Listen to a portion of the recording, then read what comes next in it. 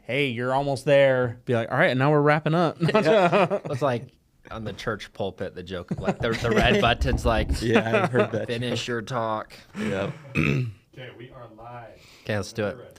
Okay, welcome to the HomeLord Podcast. My name is Joel Jones. I'm one of the co-hosts with Justin Midgley, our other co-host, and today we have our guest speaker, Jaden Connor. So I'm going to read a quick intro about Jaden so everyone can learn about him and his background.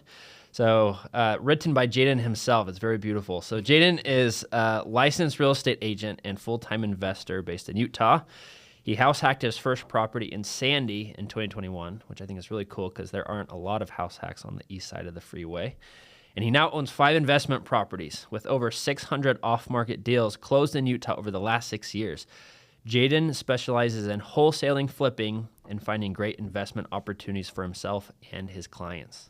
Did we miss anything? No, that's pretty much it. Sums it up, I think. Oh, I'm sure there's more. Yeah, as we dive into your story, I'm excited to learn more about your wholesaling, but especially your house hacking journey. Yeah, let's do it. All right, so to start, we always like to ask the 10 questions. These are just short, quick answers, so don't feel like you have to elaborate too much. Okay. I'll do the odd ones and you'll do the even ones. Sounds great. Okay, first question is, how much money have you made overall from house hacking, from when you first started to today? Yeah, cash flow or equity or both? Add it all together, just one big number. Hundreds of thousands. Yeah, when you factor in equity and everything, but cash flow 50 to 60,000 probably. Okay, well done. And that's only over like the past 4 years. Yeah, 4 years. A little less than 4 years. Yeah. Okay, amazing. Well done. Nice. That's the way to go. What was your monthly mortgage before house hacking, and what is it now? My monthly mortgage now is about $1,400 a month. Well, it's more than that, but that's what I pay after my tenants pay the other portion. So what was it before your tenants paid their portion? It's like $3,500 a month. And you're paying 14 then? Yep. That's awesome. Yep. Are you living upstairs or downstairs? So the one that I'm currently in is really unique. It's a 2-story home. So I live on the main level and then rent out like an upstairs apartment. Okay. Yeah. Dang. Wow, that's awesome. Yeah. For 2,100? For 2,100. It's pretty awesome. It's like, Okay. yeah, it's pretty sweet. It's like 3 bedrooms, 2 full bathrooms. It's got like a huge master suite. But That's I really had cool. I had to get creative to separate that one. I had Yeah. to like throw up some walls and stuff. But yeah, I'm sure we'll dive into all that. Yeah, let's dive into that. Okay, so how much rental income are you... Let me rephrase. You have multiple house hacks. Right. Right. Okay. So the house hack you just mentioned, your first one, you're bringing in $2,100 a month. The one that I'm currently in Yeah. right now, I'm renting out the upstairs for $2,100 a month. Yeah. Your first hack your first house hack in 2021, how much cash flow were you getting from the rental? While I was living there, or after? While you were living. While I was living there, about $500 a month. Okay. Yeah, and then when I moved out, now it averages about $1,100 or so. Yeah. Okay. Very cool. Okay. There's worse things than that. Yeah, it's hard to do now for sure. It's hard to like get a house hack where you can actually cash flow while you're still living in it. Right. For sure, that's really hard to come by. But Those are definitely the unicorns right Yeah. now. So when you got started, how did you even learn about house hacking? Like, how did you come across it? What did that look like? honestly, Bigger Pockets. Yeah, I think Bigger Pockets is where I was first like introduced to the concept of house hacking, and then I had just like heard about it and stuff. So That's yeah. awesome. Yeah. Bigger Pockets, same thing for me. It was kind of like my real estate journey started with Bigger Pockets, and then from there. Listening to podcasts like these, right? Yep, exactly. So what was your biggest fear when you started house hacking for the first time? Yeah, for me, it was just not knowing the numbers. Like I didn't know what PITI was. I didn't know like what made up a mortgage. Mm-hmm. I didn't know how much my mortgage would be. My lender probably hated me because I was always hitting him up, just being like, hey, what will my payment be on this purchase price or this purchase price? Because I didn't understand that. So probably a combination of not knowing the numbers, the mortgage, and the rents. Like, oh, I'm not sure. This is my first time doing this. I was representing myself as the agent, so I didn't really have like anyone to rely on. And so just not knowing the numbers mortgage-wise and rental-wise is probably what was my biggest fear. Makes sense. So you were a first-time agent and a first-time home buyer at the same time? Yeah, like I had done some deals, right? Yeah. But I'd been working for that wholesale company, and so I didn't do like a ton of retail, like representing buyers and sellers. Sure. But so yeah, it was just like my first time buying a house, right? So there's it's a lot of unknowns. Yeah. Sure. Is it my question? I think it's your question. Oh, it might be, yeah. Yeah. I was just It took, captivated. I'm like, yeah, that's a good point. You're like, I'm over here like, yeah, this is good. Back to, you're like, I remember those days. Yeah. It's true. And you don't have to know all the answers before you get started. That's where my mind was going. It's like so many people get caught up in all these little details, but in the grand scheme, they just don't matter. Right. But with that being said, what do you think your biggest mistake was on your first house hack? Like if looking back, if you're like, oh, if I would have known this thing, that would have probably saved me a lot of headache. Yeah, honestly, for me, and this might be a little bit of a different answer, but for me, it's not buying sooner. I wish I would have bought sooner. Like I kind of waited around. I had a couple buddies that bought a year or two before me, but with COVID and everything, I was just kind of nervous about what was going on in the market. Looking back is just hilarious because obviously hindsight's 2020 and the market just skyrocketed. But that the first deal was phenomenal. I don't think I would have changed anything about it, to be honest, other than I wish I would have bought like much sooner, like 2 more before I bought that first one. I'm curious, what interest rate did you get in 2021? 2.75. Okay, So so you really did get it at the bottom. definitely. I was gonna say, I wish hindsight was 2019 instead of 2020. Yeah, exactly. Yeah. Yeah. Good for you. That's amazing. So do you think house hacking is the future of affordable housing in Utah? 100%. Yeah, absolutely. Like, I don't think there's a better strategy other than maybe creative finance, right? But those are hard to come by as well. Mm-hmm. So I would say house hacking, it already is. Like, a lot of my clients can't afford a home unless they count the basement income towards their income, So yeah, I'd say absolutely. Okay. Would you do the same house hack again, or would you go bigger? I'd probably do the same one. It's hard to beat a 2.75% interest rate, and it's performed really well for me, and it's in a great location. So I don't think I would have changed anything, but I don't think it hurts to go bigger. Like if I would have done a 4-plex, I'm sure it would have been amazing as well, especially where interest rates were. I probably could have easily gotten the numbers to work. So maybe I would have done like a 4-plex or something. So no regrets, but also it's like if you were to go bigger, it not necessarily would have been a bad idea. Definitely not. Yeah, 100%. So what would your number one tip be to someone today in 2025 that's like, hey, I want to house hack? Yeah. What would you say to them? No, it's a good question. I would think it kind of comes down to get crystal clear on what your goal is, and know what you want, and then just go execute on that. So like, for example, if your goal is to live in it for a year and then convert it to a rental, like that's the plan, go execute on that plan. But if your plan is I'm willing to commit to this for 5 years, then that's the plan and go execute on that plan. But that's going to change the numbers a little bit, because if you want to move out after year 1, we need to make sure the numbers and the rents can cover your mortgage after year 1. But if you're willing to commit to it for 5 years, that's a little bit of a different story. So everybody's situation is different and unique, but come up with like, what is your crystal clear criteria? What is your goal with this property? And get very clear on that. And then, like I said, just go execute on it. Yeah, absolutely. With you having said that and being very clear on your plan and your goals and everything, obviously that entails you have to be a landlord. So as your first experience with being a first-time landlord, what were some of the biggest takeaways that you got from that? Yeah. For me personally, I think it's just it's easier than you might think. Like, it's really easy to get caught up in the, oh, what if this, what if that, what if this? A lot of the time the what ifs never happen. Like, just send it. Like, just do it. Like, just do it. It's really not that bad. I'm very picky with my tenants. I screen well. I do background check, credit check. And hopefully that doesn't change, but I've had really, really good experiences with all of my tenants. They've all been phenomenal. Haven't had any horror stories. They all pay on time. They all get their security deposit back because they take care of the property. So you need to be careful, but I would just say it's really not as hard or scary as you might think it is. Yeah, because we always hear the stories about like, oh, my uncle had a property back in, the 80s or 90s or whatever, and he had to evict like 4 hobos that were living in there or something. Yeah, and you always hear these crazy stories, but with what we do at the HomeLord system, it's teaching people that you can avoid those in most situations, and it's not the norm.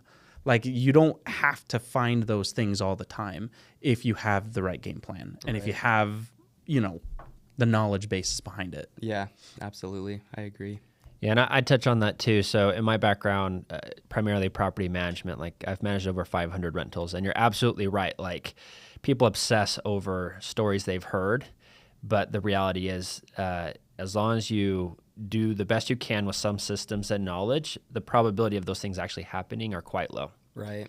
But let's dive more into your story, because you're a wholesaler, and a lot of people don't know what that is. So for those that haven't heard that term, could you briefly explain what a wholesaler does? Yeah, absolutely. So wholesaling is when you get a property under contract. Typically it's off market, and you get it under contract at a certain price, and then you find somebody else to buy it for more. And so you assign your contract over to them, and you make what's called an assignment fee. That's basically the gist of it. Okay, got it. So it's like, I have this drink, and then you agree to buy it for me for $2, and then you find someone who's willing to buy it for like $2.50, and you make that difference between the two. Yep, the spread exactly. between it. Yep. Okay, and when did you get into wholesaling for the first time? Let's see. I worked for a wholesale company for 5 years, and we were doing 150 to 200 deals a year. I started that in 2020, and then just quit. What a crazy year, time to even get into real estate. Oh, I know. Right? During COVID, when everyone was like freaking out on what was going to happen. Yeah. So technically, I think it was like December of 2019. And then I quit last May. So this week is my year mark of, being on my own. So. Okay. That's awesome. Yep. And I got licensed in like 2018. So a couple years before I started working for that wholesale company. Okay. Congrats. Thanks. Yeah, no, that's awesome. Trying to think of a good wholesaling question for you. Because in my eyes, because I work a lot with wholesalers, because I do a lot of the creative financing, seller financing, fix and flips. I do a lot of those kind of things. And I feel like my absolute bread and butter that I'm always on the hunt for is something that you could house hack. Something with like a basement apartment or has potential to. And what's interesting is I've seen a massive uptick in people who do fix and flips, and they're adding these basement apartments into it. So it's like a brand new remodeled house and everything. So do you still do flips currently, or do you mostly just assign them to others? I do both. Yep. I've got a bunch of flips going right now, and just sold a couple in San Diego. I love to add the mother-in-law apartment for all the house hackers out there. Like, it definitely just opens up your pool of buyers, I think. So yeah, 100%. Yeah, but I mean, I totally agree, because with where housing is going, it's a way that you can own something for like cheaper than what it would be to typically rent something of a similar size. But you get to keep the equity of the principal pay down and all those things. So when you wholesale and you find something that is really good, like, what makes you want to do a flip versus assigning it to another investor, if that makes sense? Yeah, that's a good question. A lot of it is timing. A lot of it is like location. A lot of it is the numbers. If I feel like I can make substantially more in a flip, I'm obviously going to flip it. But if my timing is off and I'd rather take an assignment fee and get paid in a week rather than in 3 to 4 to 5 months, then I'd rather take the assignment fee. So some of it is timing, some of it is numbers. And then location, like if I'd prefer it to be, I live in Bountiful now. My first 2 house hacks were in Sandy, and then my third one that I'm currently in is in Bountiful. So, I mean, I have a flip in Mapleton, but it's hard for me to check up on it a lot, to be honest. You don't want to drive 2 hours to Mapleton? Yeah, so it's kind of out there. So it just kind of depends. Between those 3 things is kind of how I decide if I'm going to wholesale it or flip it. Gotcha.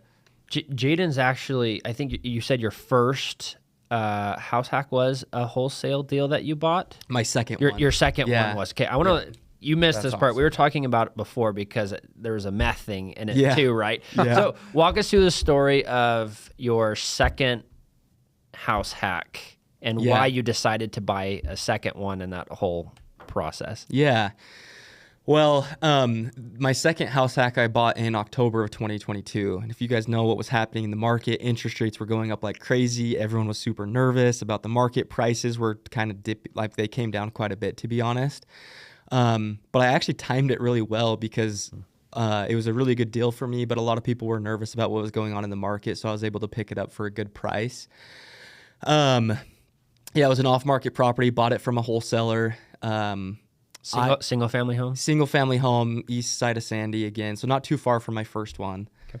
And it was in decent shape. I did new flooring, paint, carpet, those types of things, updated the cabinets and stuff. But yes, it had meth in it. And if I hadn't worked for a wholesale company, if I would have heard the word meth, I would have been pretty nervous about that. Like, that's going to scare a lot of people away, and rightfully so. But meth is actually extremely common in Utah. Like, I've sold probably hundreds of meth houses, maybe at least 50, probably. Something you'd never think about as a Yeah. Utah home buyer, but it's true. Yeah, well, it's true. It surprised you, actually. And so I was familiar with like the remediation process. I had connections with companies that can do that, and they pull a permit through the health department. They test it. They come back. They use a special chemical to scrub all the walls, and then they retest it and make sure there's no meth in the home. So I wasn't as concerned about it as probably most are. But again, that was just another negotiation tactic, because if the seller hears meth, it allows you to go back and renegotiate even more. So I think that's what allowed me to pick up the property for such a good price, along with the conditions of the market at the time. But yeah, that turned out to be a really good one for me. I actually just pulled a HELOC on that property, and I've got it just appraised. I owe $500 and it just appraised for $700. Very nice. Yeah, so I'm super stoked about that. Walk us through when you were living there, how much your mortgage was and how much your mortgage was offset by basement ADU. Yeah, so total mortgage is about $3,300 and some change, and then I obviously pay utilities on top of that. But $3,300 and some change, and then the basement tenants who are actually still there, they keep renewing. They just renewed for another year till 2026, which is awesome. They're great. Yeah. But yeah, they pay $2,000 a month for the basement. So I was paying like $1,300 plus utilities, and now on that deal I cash flow, because now I rent out the upstairs for $2,500 to $2,550, Nice. and after all utilities and everything, I cash flow around like $700 a month on average on that one. And this was bought in 2022. Yeah. Like that's impressive to cash flow so fast after moving out. You only lived there for a year? Yeah, just for a year, maybe a little over a year. Yeah, a little over a year on that one. But I mean, it's East Sandy. It's in a phenomenal location. It's a big house, 3 bedrooms upstairs, 3 bedrooms down. Well, technically 4 bedrooms downstairs, but one of them's really small. So I think the location and the size just allows me to get a little bit higher in rents, I think. Yeah. No, that makes a lot of sense. I'm actually curious to hear your thoughts on this, because I've talked to Joel and I've talked to a bunch of our clients about this, because the nature of house hacking since the pandemic happened has kind of shifted. We talked a little bit about this. Like, it's super hard to find anything that would break even or even come close to cash flowing if you're living in the property. Right. Like the days of bigger pockets guys saying, oh, I bought a duplex, they paid $1,500, my mortgage was like 30 cents. And, Yeah. I just, I got all this cash flow right from day one. Those days are gone. They're in Utah. They're at not least. there. Yeah, they're just not there unless you have a massive down payment or you get something wholesaling where, you get a stellar interest rate, which typically also involves a huge down payment. Yeah. So what I try to help people understand is it's an investment and it's a long term.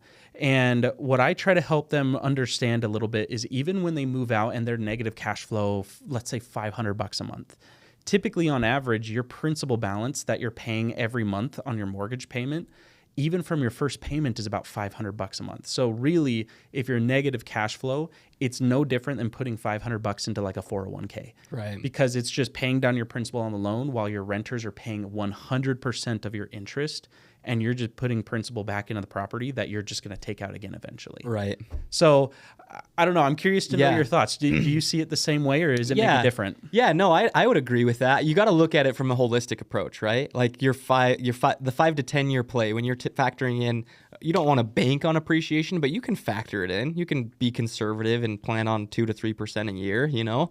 And by the time you factor in that and principal pay down, a lot of people don't think of that. They just think of, okay, my mortgage payment and my rents, and I'm losing $500 a month. But yeah, by the time you factor in the principal pay down and the appreciation and the holistic approach, it's going to be a no-brainer deal over time. It'll just get sweeter and sweeter over time. Obviously, if you can get it to break even, that's better, right? But I think, again, coming back to what I was saying earlier, it kind of just depends on the individual and their circumstances and their financial situation. Are they comfortable losing $500 a month? If so, then yeah, it's probably a good deal for them. But if they're like, I can't afford an extra $500 a month, then it's probably okay. Let's try to get more aggressive and find something that'll get closer to like at least breaking even after you move out. You know, so I think it just kind of depends. But in theory, yeah, I would 100% agree with that. Yeah, because the thing I find interesting is most properties, because if you buy it as a primary residence, you get lower interest rate, you get to put less down payment on the house, so you keep your cash more liquid. But by the time you move out in a year or two later, if you self-manage your own property, most of the things I've been seeing, you're only negative like $200-300 or something. So I just like that idea and the principle of keeping the longer term on it, because there's so many other things that you could be making money on within real estate. Right. But I feel like the main focus of everybody is cash flow. Yes. And personally, I feel like cash flow is very important. Don't get me wrong. I love it. It's great. But I feel like there's almost too much importance on cash flow and not enough on some of the other ways that real estate brings wealth or brings value to an investor. You're going to get me off on a tangent here because I'm with you 100%, man. I've been trying to preach this to people, especially like, and this isn't for everyone again, but like if you are wanting to house hack and if you have the ability to buy maybe an off-market wholesale deal, or maybe it's on the MLS, but it needs some work. And if you can come in and you can do a remodel, 30, 40, 50 grand. Again, I know not everyone has that option, but if you do, I 10 out of 10 recommend that, because and my second house hack is the perfect example of that. Bought it off market, I put like 30 to 40 grand into that property to remodel it a little bit. Mm-hmm. Nothing crazy, just updating things. And I bought that for $545, and now it's worth $700, less than 2 years later, or about 2 years later, I guess. And to be clear, that's 2 years later in a market that's not the pandemic market. Right. Like, that's not fairy tale market. This has been a rough kind of go. Exactly. Yeah. And so you make the money on the buy, and that $200K of equity is way more exciting to me than $700 a month in cash flow. Thank you. $700 and or losing $500 a month, right? Right. But if you can sit on, like I just created at the time, it's appreciated a little bit over time, but that's $200,000 of equity created. Whereas if you just go buy a property at retail value that doesn't need any work, and I'm not like trying to talk people out of that, because it depends on your circumstances. But if you go buy a property for retail value, there's no way to increase the value. You're buying it at as what it's worth. There's no way to increase the value. But if you have the ability to buy something that needs a little bit of work and maybe add a kitchen in the basement, or maybe cut out a basement entrance, like add a separate entrance, maybe it doesn't have one, and now you increase the value, even if it's only 50 to 100K, it would take you decades of cash flow to make up for that equity. Oh, I'm so glad you're on the same page, because I feel like I talk to investors all day long and they're like, I want a 10% cash on cash return. I'm like, right. Good luck. I was like, you probably can find something that would work. But the thing with that number is, it was said on some podcasts and YouTube videos for years, and then everybody's just been using that as a rule of thumb. But real estate has like fundamentally changed since then. Right. And kind of like to what you're saying is, if you're wanting to build massive wealth in real estate, that's not going to happen by having properties that cash flow like $400 a month. You'd have to have 1,000 of those things. Exactly. But if you can go in, because we teach, so the people that are not very cash up front and they're just trying to get in their first house hack and stuff, we say buy retail, live in it, and then just collect your rents, get a low mortgage payment, build equity, and then you can either sell, HELOC, or do whatever you want down the road.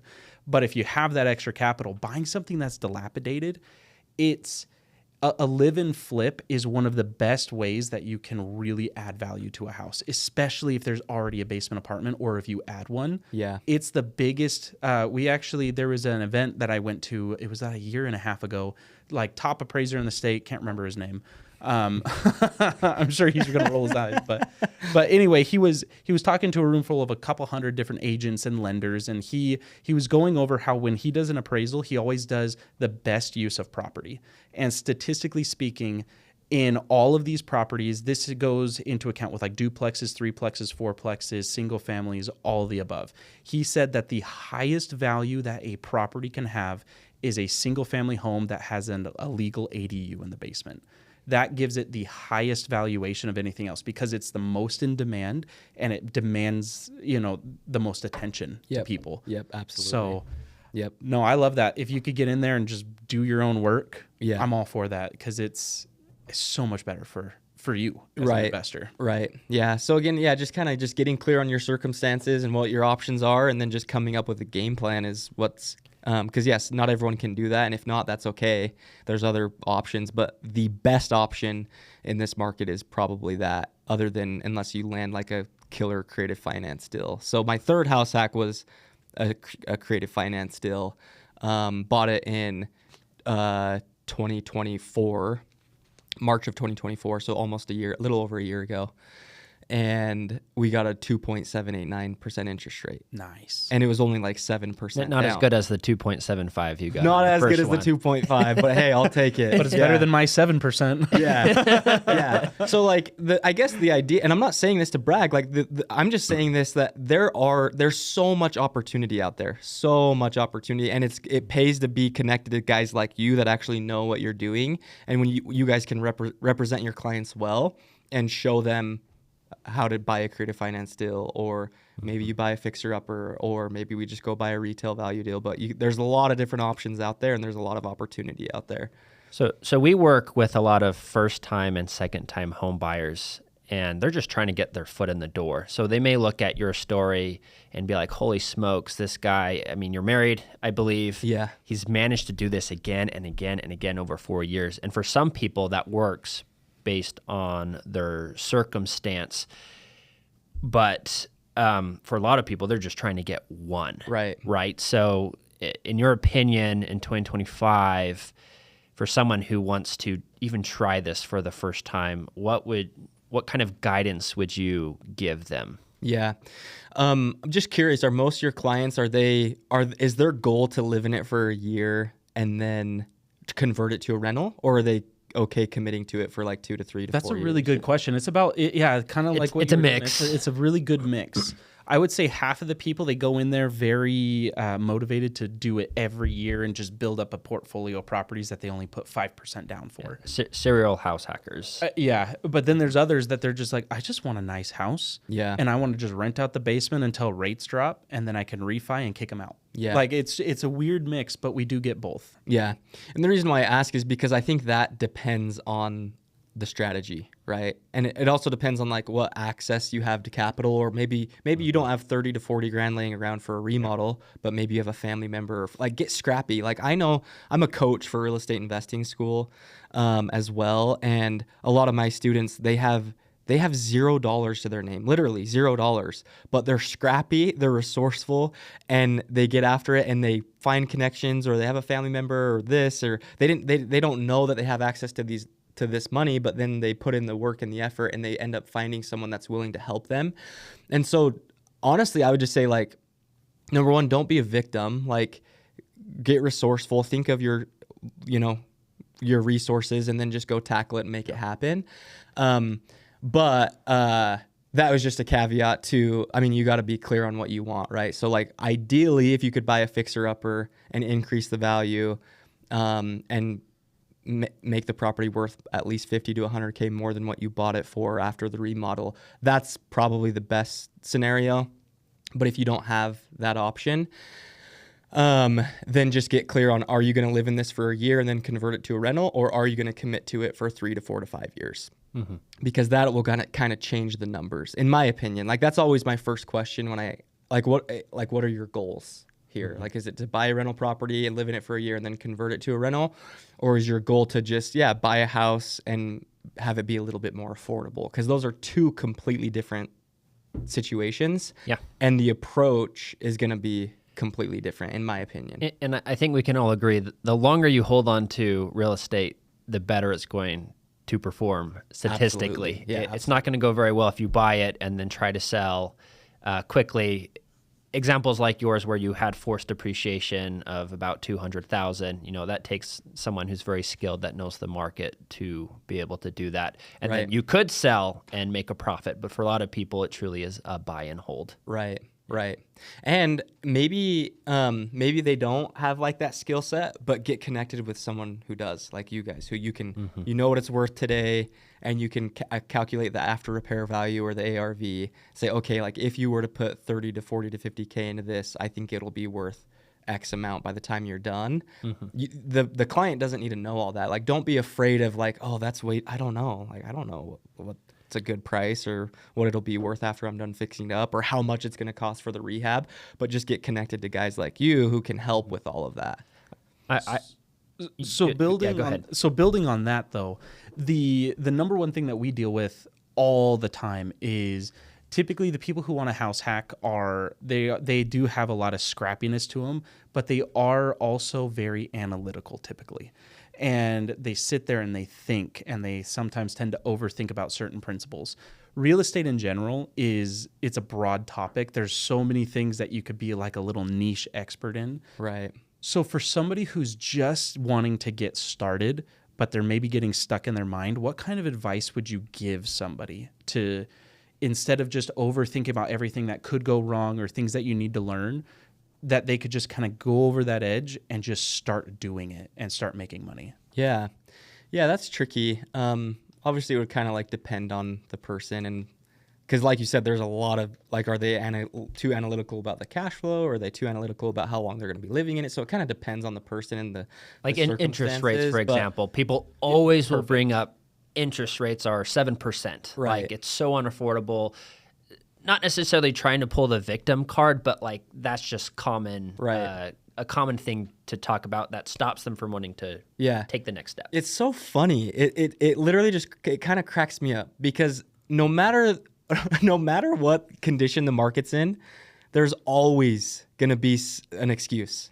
So like 100%. When the market was blowing up, like when I bought my first house hack in 2021, I was competing against multiple offers, and I didn't know at the time it was going to cash flow $1,100 a month. I didn't know at the time that, like, I'm all talking in hindsight now, so it's easy for us to look back and be like, oh, well, that was easy for him because it was a killer deal. At the time, I didn't know that. I was just as nervous as these guys are in this market with interest rates. Yeah. And so when the market was going up, they were complaining about multiple offers and having to do an escalation clause, waive inspections, waive the appraisal, and all paying way too much. Like I had to pay way above their asking price. And now they're complaining about interest rates. Like there's always going to be something that the news or the market or your friends or your parents might tell you, like, oh, it might not be a good time to buy, right? But what I've learned, and I've only been doing this for 6 or 7 years, but I've seen some market turns. I would just say, there's opportunity in every market. So like for me, I didn't buy a house hack in my third house hack. I didn't buy traditionally. I bought on seller finance because for me and my circumstances and my situation, that's what was best for me. I probably wouldn't have been able to buy that house on seller finance in 2020 because it would have sold immediately for cash for above their asking price. So like different markets bring different opportunities. That doesn't really answer your question too much. Honestly, I don't think, but it actually leads down a path that I tell, because you're right. It does really depend on the person, but I bring up that same thing is there will never be a perfect time to buy. There is always something. Right. Rates, prices, competition, tariff this or whatever that. Like there will always be something that people will use as like, again, not necessarily playing victim cards of like, oh, I will never buy a house because XYZ, but there's always something that won't be perfect. But at the end of the day, if you just jump into it, all of the other stuff will just end up not mattering. Yeah. Because The example that I give is 2008, because that was the biggest housing crash in the history of everything. Biggest dip, biggest craze ever. Like over 30% of homes nationwide were in foreclosure. It was crazy. In that realm, though, if you would have bought in 2008, and by the time that you would have broken even about where you would have bought it was about 2015. So that's 7 years. And 7 years of making home payments means that 7 years of principal reduction. So just by holding on to the house for 7 years, you already broke back even. And then hypothetically, if we even waited 4 years after that, 2019, pre-pandemic, market was already up above it. Mm-hmm. And that was the biggest upset in real estate history. And all it took was just holding on to it and being patient. Right. And I use that as an example because you're right. There's always something that could go wrong. But if you just buy it and you just plan to just not, this isn't day trading houses. This is a long term. Right. This is something you're going to keep. And if that's your game plan, then yeah, you could buy any time and make something work. Right. So yeah, I think the thing that I'll add to is, so the example, my first house in 2021, at the time I had to do an escalation clause, pay above the asking price, compete against multiple offers. It was my first one. So I was really nervous. I didn't know if it was going to be a good deal, but I just did it. And now looking back, it's a killer deal. Same thing with my second deal. It was 2022. Interest rates were going up like crazy. Prices were dropping. Everyone was like, probably not a good time to buy, wait to see what interest rates do. But that allowed me to get a really good purchase price, because it's like what Warren Buffett says: be fearful when others are greedy, and greedy when others are fearful. 100%. When there's fear in the market, that creates a lot of opportunity.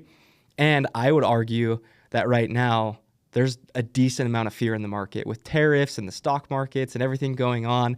I actually think now is a really, really good time to buy, because you're not competing as much, because there is a little bit of fear in the market. So don't be one of those guys that's sitting on the sidelines. Right. Get in the game right now where there's a little bit of uncertainty and fear, and you can pick up some good deals. Yeah. And I think a good example of that, if you look at builders or even on-market deals that we've been negotiating, you need someone who's good at negotiating to begin with. But if you're not getting seller concessions or something in this market, something is very wrong. Yeah, 100%. You should be getting an interest rate buy down, getting your closing costs covered.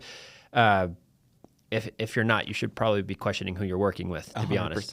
Absolutely. Yeah. So there are still great deals out there. Creates a lot of opportunity for sure. Yeah. Yeah. I mean, one of those opportunities, funny enough, I have a meth experience. Not on my house, but. Oh, you smoke meth? No, I'm just kidding. Not really. I'm just kidding. Justin, you should have told me. But I was helping somebody. They wanted a house hack and they wanted to start big, and they went out and bought a fourplex. And when they did the fourplex, I always recommend, in a situation that this fourplex was in, to just do all the testing that you can. Seller will just kind of see what they do. So we did all kinds of these tests, and it came back that I think it was either 2 or 3 of the units had over 1 measurement of meth, which is a big deal kind of a thing. That means somebody actively smoked inside of those units. Mm-hmm. So when we bought the house, when we were buying the fourplex, what we had negotiated on was we dropped the price $50,000 right out of the gate, and the seller was paying us $30,000 for seller closing costs. So it was going to pay for our interest rate buy down and our closing costs. So they were paying us $30,000. We dropped it $50,000 because of the meth. No, that was before meth. Oh, before the meth. And then after the meth, they did another $50,000 worth of repairs for us. So I'm telling you. So we got over $100,000 of total concessions. That's amazing. It was over 10%. Oh yeah, and I tell my not for sellers, good for buyers. I try to tell my buyers that I'm like, dude, if they find meth, that's great. Yeah, exactly. You should be happy. They have to go through. They have to clean. They have to remodel. They have to do stuff. Yep. So it was just, with what you're saying though, with the uncertainty in the market, that was 8 months ago when they did that. That's when interest rates, the month prior to when they bought, they peaked at 8%. Yeah. There was a lot of scary things that were going on. And meanwhile, they just got $130,000 from a seller to buy a really nice asset, brand new roof. By the time they were done, I think 3 of the units were fully remodeled, and they're just living in one, and they're going to remodel it. It's going to be fully remodeled by the time they go to sell it. And it's just, It's because they just took action. No, that honestly kind of fires me up, because if there's a chance that you're worried about it or worried about what's going on in the market, I promise you everyone else is thinking the same thing. And the majority of people are going to sit on the sidelines and say, oh, I'm going to wait to see what happens. But the guys that it's like the man in the arena. I love that quote by Teddy Roosevelt. But the man that's in the arena and the guy that's in the fight and in the market is the one that gets rewarded. So just get connected with a professional who knows what they're doing and can represent you well, again, like you guys, and then just come up with a game plan and make it happen. Like there's something for everyone, for sure. I want to ask some questions about kind of your landlord experience, because a lot of our clients are a little nervous about being first-time landlords. Are you still self-managing all your rentals today? Yeah, I still Okay, let's go. Yeah. Good for you. Yep. How many units total is it? Units? That you have? Yeah, because with the house hacks, I want it like per lease agreement. Yeah. How many lease agreements are you managing? Yeah. Which represents the unit count. 8. 8. Yeah. Okay. And you still feel pretty confident doing your job and everything in addition to self-managing that many units? Because I typically see people after 4 units, they're like, I may need to start delegating some of this work. So how do you manage to do everything and handle 8 leases at once? Yeah, it kind of ebbs and flows, right? So like December of last year, I had an over $5,000 bill on my first house hack because I had to replace the main water line, I had to replace the water heater, and I had to fix the dryer. So 3 things hit at once. So like that was a little bit of a heavier month for me. Like I'm over there getting bids from contractors and making sure things are right and stuff. But the majority of the time, I get a really good tenant and they take good care of the property, and it's not that much work. They put it on auto pay. I use Rentler to collect all my rents and stuff. Like it is kind of getting to that point where when stuff pops up, I'm just like, oh my gosh, like I have to deal with, like, this probably isn't the best use of my time. My least favorite thing to do is find new tenants. But I don't like outsourcing that either, because I want to be in control of who my tenant is. And I want to be the one meeting them there and making sure I feel good about them as a tenant, you know? So I don't outsource that, but that's really only once a year. I do try to, I guess one tip is I try to like stagger, because I have 8 different leases and tenants that I'm managing. I don't want all the leases to end at the same time. That would be a nightmare, right? So all 8 leases are done in April. Yeah, like make sure you stagger them. So like I just found a new tenant for my second property, and the next lease that is up is on my first property. It's going to be the basement unit, but that's not till like August, I think. So it gives me a couple months to like be like, okay, like I don't have to find a new tenant for at least a couple months, you know? So hopefully they renew, and a lot of my tenants do renew if you take good care of them. So I try to, and if anything pops up, like if they need a new dryer or a new water heater, or they need a new main water line, I fix it immediately. I don't want to be a slumlord. I want to be a good landlord. And I think that encourages them to renew and stay there for longer. So I try to do like little things like that to, ultimately it'll save me time in the long run, if that makes sense. So I know some months are busier than others, but on average, how much time do you spend per month self-managing 8 units? On average, probably 2 to 3 hours a month. Like it's really not much. And that might even be overestimating it, honestly. Yeah. Okay. Yeah, that's what I figured. And a lot of people, when they're house hacking their first one, they wonder how much time. I've had people say, I think it's going to take me 10 hours a month just to self-manage my one basement rental. No. Sure hope not. No. Yeah, I know. I was like, something. Especially if you're owner occupying the upstairs, it's even easier because you're right there. You don't have to drive to it. Yeah, exactly. I was like, something's really wrong if that's what's happening. Like, I have a few units myself, and most of the time I just have to verify that I collected rent. And just like you, if it's the tenant placement is the most time consuming and turnovers. Right. But other than that, like if you have a software to help you collect rent or do other things, and you fit that, fix that knowledge gap. Yeah. And I'm sure you probably went through that as you were doing it for the first time. Right. After that, it's actually quite easy. Once it's an active lease, I call it the coasting stage, right? Yeah. You're literally just coasting, and it's very reactionary. But you also, I can tell you're a good landlord. You're not a slumlord. You proactively take care of things. You fix things quickly when they happen, and that drives tenants to renew, which is a lower burden on you because then you don't have to go through the leasing process all over again. Yeah, and I am very sensitive about like my time. So like for example, when things do pop up, I'm not the one fixing it. If it needs a new toilet, I'm not gonna go. I could. Do you have a handyman that? Yeah, I've just got like handymen and contractors and things like that. So I'll get bids from 2 to 3 guys, and whoever can do it for the cheapest or the fastest, like I just send them out there. So yeah. Okay. Yeah, your time is valuable. So one of the things that I have a question with, and it's just because some people may not quite know what the difference is, because everybody has experiences with landlords who were garbage.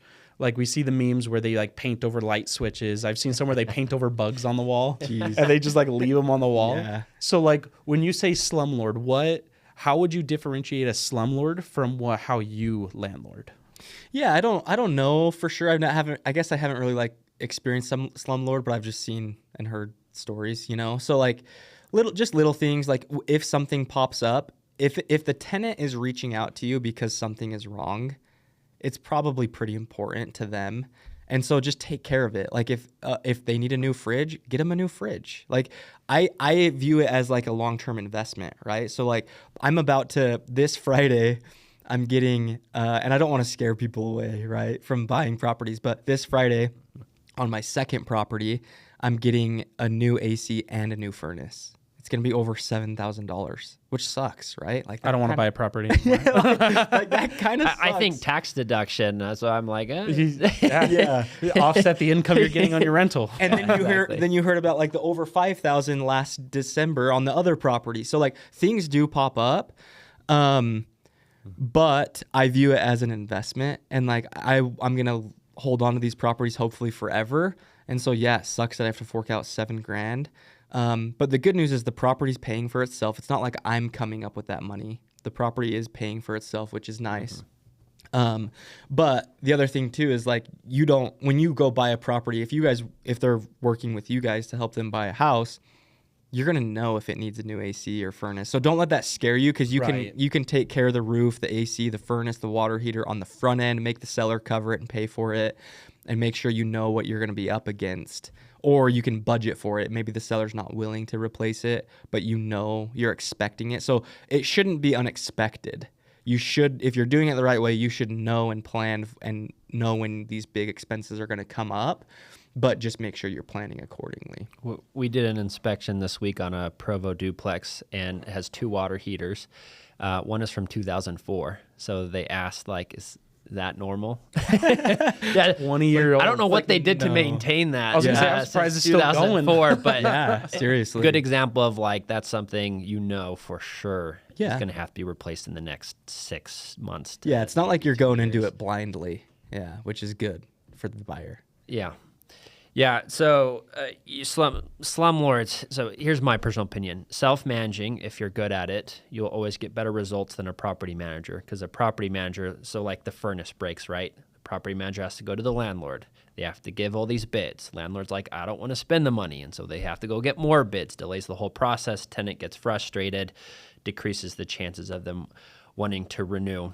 Yeah. So you being very proactive in terms of like your time and your effort, and it sounds like your contractors that you use, they do a good job too, because most people complain about maintenance. If you can solve that pain point for tenants, it does wonders for people. So Right. Yeah, and just you. probably just a communication. I would say the other thing to your slumlord question is a communication thing. If the handyman, if it's urgent, like if it's the middle of the winter and the furnace is broke, and the furnace guy can't get out there for a week or a few days, that's a real situation that might happen. But just communicate with the tenant and go buy them some space heaters, or something, and just say, hey, I am so sorry. Like the guy isn't going to be able to get out there for a few days, but we're on it. I think that communication goes a long way as well. Just letting the tenant know that they're valued and they're going to be taken care of. You're humanizing the landlord experience. Yeah, exactly. Good for you.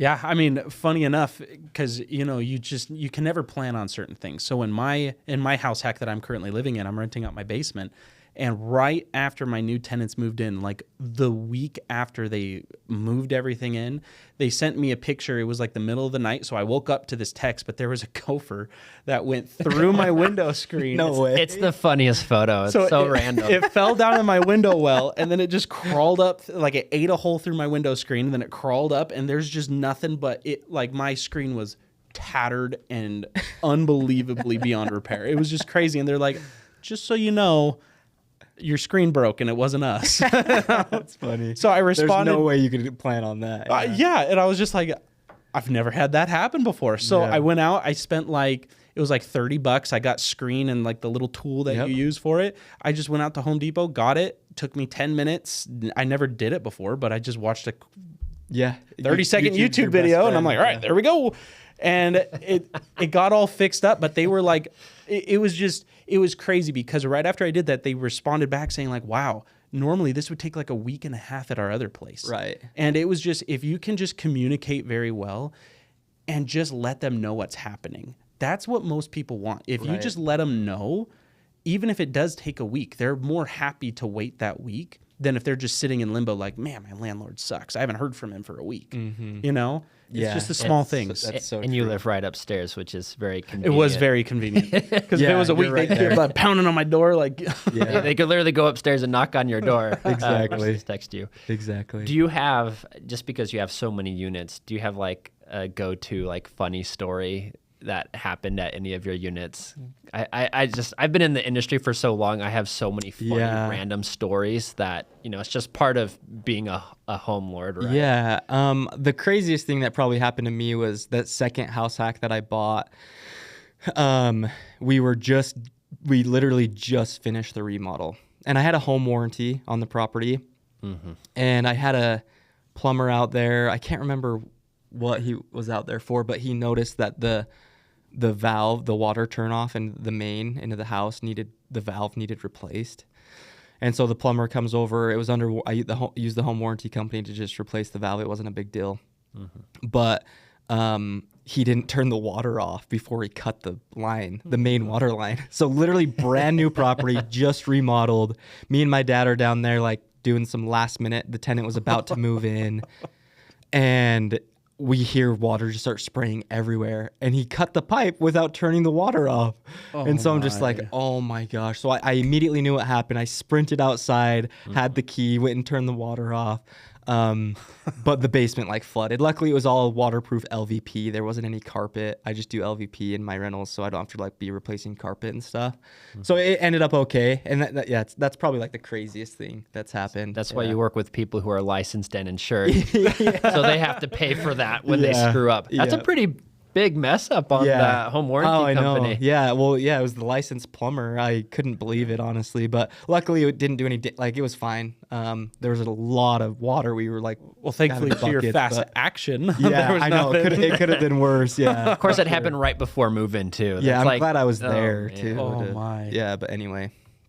Yikes. So nothing too crazy. I'm sure you have some pretty crazy stories, but I do. Just a quick tangent. I had a client. He was renting to students, and this neighborhood just had a lot of trees that went over the roof. So squirrels were just very prominent. So unfortunately, he was renting to girls, and the squirrels got into the shower while they were using it. And it ate their clothes and everything. So they had to do squirrel extermination throughout the whole house. That's crazy. And then like cut the branches back. But I was just dying because I've never heard of a squirrel attack in the shower. That was that would freak me out, honestly. Yeah, I know. Like as a landlord, you just get the most random calls. But like you said, you just don't overthink it. Just like, here's the problem. Let me get someone to fix it. And I really like, there's some stuff that you can do yourself. Like just fix the freaking window screen, look it up on YouTube. Yeah. But then there's other things you're like, my time's more valuable in this case. I'm going to get a plumber. I'm going to hire an exterminator. Let other people take care of it. Yeah. There's nothing wrong with having a specialist take care of, I guess, a landlord problem. Like I'm never going to fix an HVAC. Electrical for me, I'm never touching it. Like my life is worth more than fixing a wire. I will always outsource that work to my handyman. Yeah, for sure. But I wanted to ask you too, going back to like good tenant placement, seems like you found a way to do that. What makes a good tenant outside of paying rent? Specifically, like before they're actually living in your home, like what are you looking for? Yeah, I heard this tip. I can't remember who told it to me, and you guys have probably heard it as well. Especially as a landlord or a property manager, with your experience there, you've probably heard this. But like looking at their car and seeing if their car is clean. See how clean that? Yeah, I think that's Bigger Pockets actually. That's probably where I heard it. Yeah. So that's like one little thing, but like you can just, meeting people, I feel like I can just tell like if they're gonna be good or not. I try to just get to know them and ask them questions about their job and how long they've been there and what they like to do. Obviously, the standard credit check and background check. Obviously, that's like what's a good credit important. score for you? I've heard all kinds of things. This is a personal opinion here. Above 700. I'm just kidding. That means you're very picky, but yes. Yeah. No. I'm willing to be somewhat flexible on that. It just depends on the circumstance. Ideally, I want it to be like 680 or above or 650 or above, right? Yeah. But if they like, I just barely, I had 2 single guys move into one of my rental properties this last week, and one of them didn't have a good credit score, but one of them did. But they're younger guys, they're clean. Like he told me the situation with his credit, and I'm like, I don't care. Like at least one of them has good credit, one of them doesn't. But they were honest with me. If they're like trying to hide it, then like that's probably a red flag. But if they're like upfront about it, and they're like, hey, like, are you willing to work with me here? Sometimes you require like, okay, can you pay 6 months up front, or can you pay 3 months up front, or like just making sure they have the ability to afford it. Because credit score is kind of a silly thing anyway. Like sometimes people don't have the best credit. So I don't know. I don't look too much into that stuff, but it is important. So credit score, it's more about understanding why. Could be student debt, could be maybe a medical bill in the past. And then the second point you touched on, can they even afford the home? And that doesn't have too much to do with credit, more about the income. Yeah, for sure.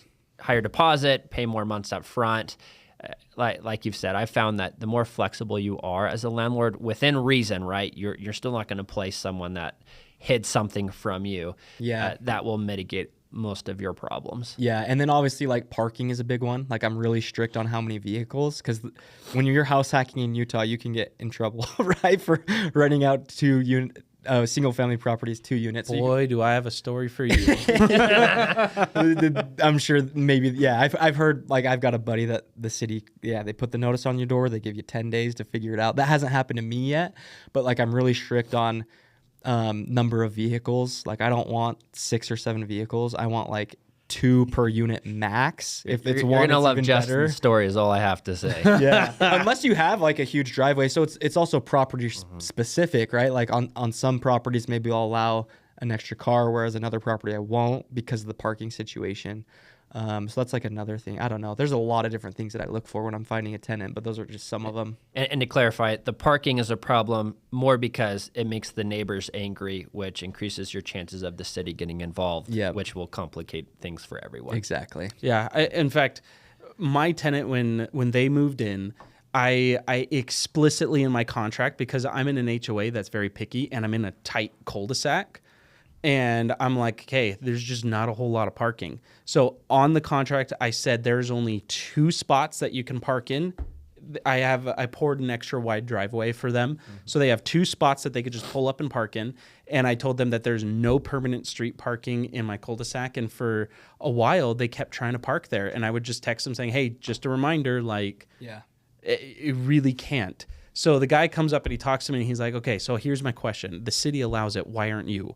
And I'm like, fantastic question. Yeah. And I went through the HOA rules and everything. And long story short, at the end of that conversation, our agreement was he has 4 cars and 3 motorcycles. Wow. And when he moved in, he had 3 cars and 1 motorcycle. So with that being the case, though, the agreement that we've made is he now has to put all of his other stuff behind a fence that I have for them. And then his other cars, he literally has to park on a different street in a different cul-de-sac away from my house. Yeah. There's a I'm like, you can keep them, but right? you just got to park them away. Yeah. But what I've learned is because I knew when he did have those cars that I wouldn't have issues with him. And this goes back to finding like a good tenant outside of just credit score or whatever, is when they're going through the walkthrough, I tend to have a script and I ask them very specific questions because these people typically they're not prepared for it, if that makes sense. Not that we're trying to like catch them off guard, but they're not salespeople. They're not this XYZ. So if you just ask them a question, people will just either they'll try to hide it from you and you can kind of read that pretty easily. They'll start like, stuttering, fumbling their words or whatever, or they'll just tell you exactly what's going on. There's really not too much of an in-between. So during the script, when I'm actually physically walking them through the house, I read body language and I just ask them very simple questions. And there was one where I asked them like, so like, what do you do for work? And that one question, they were like, and they just like stood there pale-faced. And then I'm like, okay, well, you can still put in an application. They put in an application and they don't do anything. Like their job, they work like 3 hours a week pretty much. And I'm just like, yeah, you make like a couple $100 a month. Like you're not going to get this place.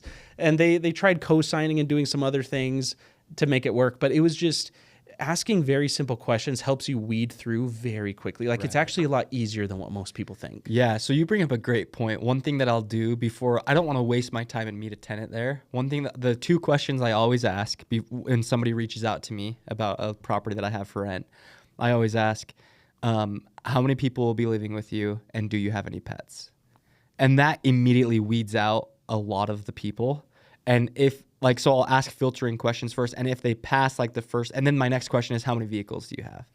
And if they're not fitting my criteria, then I just go to the next, don't right? Even waste your time. Yeah, why would I meet them there and then ask them those questions? I need to know that before I even set up an appointment to go meet them there, right? So there's just a lot of little things that you can do. Well, and thankfully that's why we made the program we made, is because we've learned that. Like obviously after that experience, I'm like, okay, now I know what questions I need to ask before wasting my time.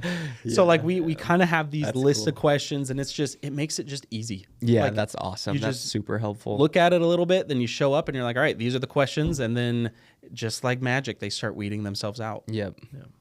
Yeah, so we're at time here, but overall, I think, Jaden, you're a perfect example of someone who was wanting to get involved, took the leap of faith, has figured it out. You've done this numerous times, and you're evidence that with systems and knowledge, a plan in place, like you can totally do this. Like you're self-managing 8 units. You've done this multiple times, and financially you've been rewarded for it. And you still seem like a very sane individual that is survived. Scaling. Yeah, like you're on the other side to be like, I mean, you've accomplished a lot in the past 4 years. Like, good on you. So, thanks, man. Justin and I, like, we're really passionate about helping people become home lords, do house hacking, use this system we've created, because you can have success like you have. He's had success. I've had success.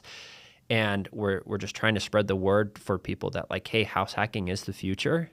Just use the HomeLord system, and then you can end up like Jaden because you're going to do it right. Yeah. No, I appreciate that. And if I can do it, anyone can do it. Yeah. So it's super achievable. Nice. It really is. Like anyone can do it for sure. And I'm super passionate about house hacking. It's no brainer. So I love that you guys are trying to get the word out and help more people achieve the same stuff. So it's pretty cool. I'm passionate about it as well. So it's fun, and I'm cheering you guys along on the side, and hopefully we can do some deals together. We're totally going to do a deal together. We're getting on your wholesaler list. Market house hacks, please. Yeah. Let's do it. Like, we're talking after this. Let's do it. Yeah. Okay. Awesome. Thanks. Yeah. Thanks for having me. Okay. Thanks, guys. We're good. Awesome.